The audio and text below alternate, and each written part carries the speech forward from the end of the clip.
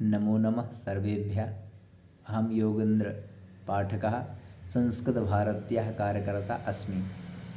अद्य अहं सर्वेषां कृते छन्दशास्त्रस्य परिचयः कारयामि। छन्दशास्त्र का परिचय हम सभी करेंगे। तो वास्तव में छंद क्या होता है, बाकी तो सब जानते हैं। हर चीज़ में छंद होता है, हर विषय में छंद होता है। छंद वेदांग को वेद पुरुष के पादों के रूप में माना जाता है। छंदः पादौ तु वेदस्य, वेद का जो पैर हैं वो छंद हैं। वेद छंदोमयी वाणी है, अतः वेद मंत्रों की शुद्धता और उनके लयबद्ध ज्ञान के लिए छंद शास्त्र की आवश्यकता प्रतीत हुई। बिना छंद शास्त्र के आप ये समझ लीजिए वेदों के मंत्रों की लय नहीं बन सकती। यानी जिसके पैर ही नहीं है वो व्यक्ति चल कैसे पाएगा। छंद शास्त्र का ज्ञान नहीं है तो मंत्रों का समुचित फल प्राप्त कभी नहीं हो सकता है। कात्यायन ने अपनी सर्वानुक्रमणि में अक्षर परिमाण को ही छंद का लक्षण दिया है और बतलाया भी है। यदक्षर परिमाणम तच्छंदः, ठीक है। अर्थात जहाँ अक्षरों की संख्या निश्चित होती है उसे हम छंद कहते हैं, और छंद कई प्रकार के छंद होते हैं। अतः वेद मंत्रों की शुद्धता और उनके लयबद्ध ज्ञान के लिए छंद शास्त्र की आवश्यकता प्रतीत हुई। यदि छंद शास्त्र का ज्ञान नहीं है तो मंत्रों का समुचित फल प्राप्त नहीं हो सकता, ऐसा धर्मशास्त्रों का मत है। कात्यायन ने अपनी सर्वानुक्रमणि में भी अक्षर परिमाण को ही छंद कहा गया है। वेद मंत्रों के साथ छंदों का घनिष्ठ संबंध है। छंदयति प्रणाति रोचते इति छंदः, अर्थात जिस वाणी को सुनते ही मन आह्लादित हो जाता है, आनंदित हो जाता है, प्रफुल्लित हो जाता है, वह छंदोमयी वाणी ही वेद कहलाती है।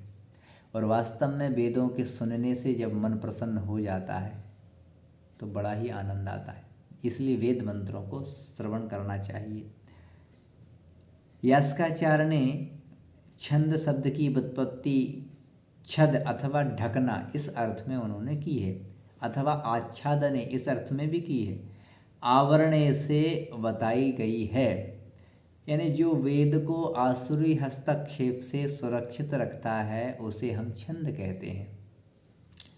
छंद अर्थात जिस वाणी को सुनते ही मन आह्लादित हो जाए, वही छंद मैंने आपसे कहा। यानी यह छंद वह परंपरा है जो यज्ञों में, कर्मों एवं वैदिक अनुष्ठानों को आसुरों की विघ्न बाधा से रक्षा करता है, उसे हम छंद कहते हैं। अर्थात छादयति आवृणोति मंत्र प्रतिपाद्य यज्ञादीन इति छंदः, अर्थात सभी वैदिक छंद वार्णिक हैं। इनकी गणना मात्राओं से नहीं अपितु वर्णों से ही प्राप्त होती है। ठीक है। उदाहरण के तौर पर छंदों का परिचय मैं आपको देता हूँ। गायत्री जो छंद होता है, ध्यान देंगे, उसमें 24 अक्षर, इसमें 3 पंक्तियाँ होती हैं और प्रत्येक पंक्ति में 8-8 अक्षर होते हैं। इसे हम गायत्री छंद कहते हैं। अब आता है अनुष्टुप छंद। इसमें 32 अक्षर होते हैं।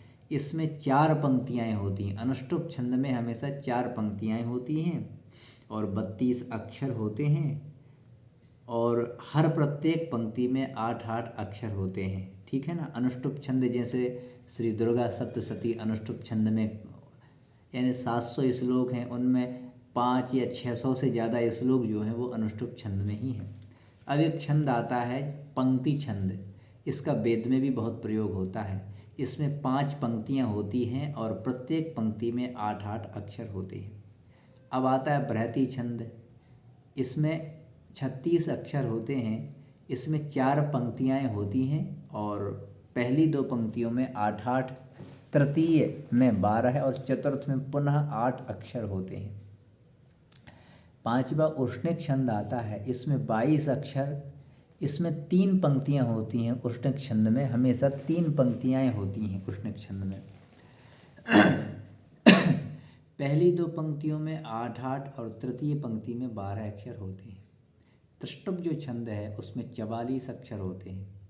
इसमें 4 पंक्तियाँ होती हैं और प्रत्येक पंक्ति में 12 अक्षर होते हैं।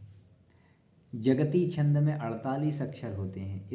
इसमें भी 4 पंक्तियाँ होती हैं, स्टूडेंट ध्यान देंगे। और प्रत्येक पंक्ति में 12 अक्षर होते हैं और अक्षरों के न्यूनाधिक होने से इन 7 छंदों के ही अनेक भेद और उपभेद बताए गए हैं और हो जाते हैं। इन 7 छंदों में से भी वैदिक संगीताओं में गायत्री, त्रिष्टुप, जगती अधिक प्रचलित हैं। वेद में 3 छंद ज़्यादा प्रचलित हैं, जैसे गायत्री, त्रिष्टुप और जगती। ऋग्वेद के मंत्रों के छंदों की संख्या आप सुनकर के हैरान हो जाएंगे। त्रिष्टुप छंद है 4253। ऋग्वेद में जो गायत्री छंद हैं वो 2467 यानी 2467। जगती जो छंद हैं वेद में, ऋग्वेद में, वो 1358 छंद माने गए। अनुष्टुप छंद 855 हैं और उष्णिक छंद 3412 हैं ऋग्वेद में, और पंक्ति जो छंद हैं वो 312 है। इस प्रकार से बहुत ही संक्षेप में विद्यार्थियों के लिए और प्रबुद्ध जनों के लिए जिन्होंने क्वेश्चन किया था उनके लिए संक्षेप में छंदों का परिचय मैंने दिया। कल आपको ज्योतिष के विषय में परिचय देंगे कि ज्योतिषामयनम चक्षुः, ज्योतिष तो वेद भगवान का नेत्र है, उसके बारे में कल हम परिचय आपको देंगे। इसी के साथ आज के लिए नमो नमः सर्वेभ्यः।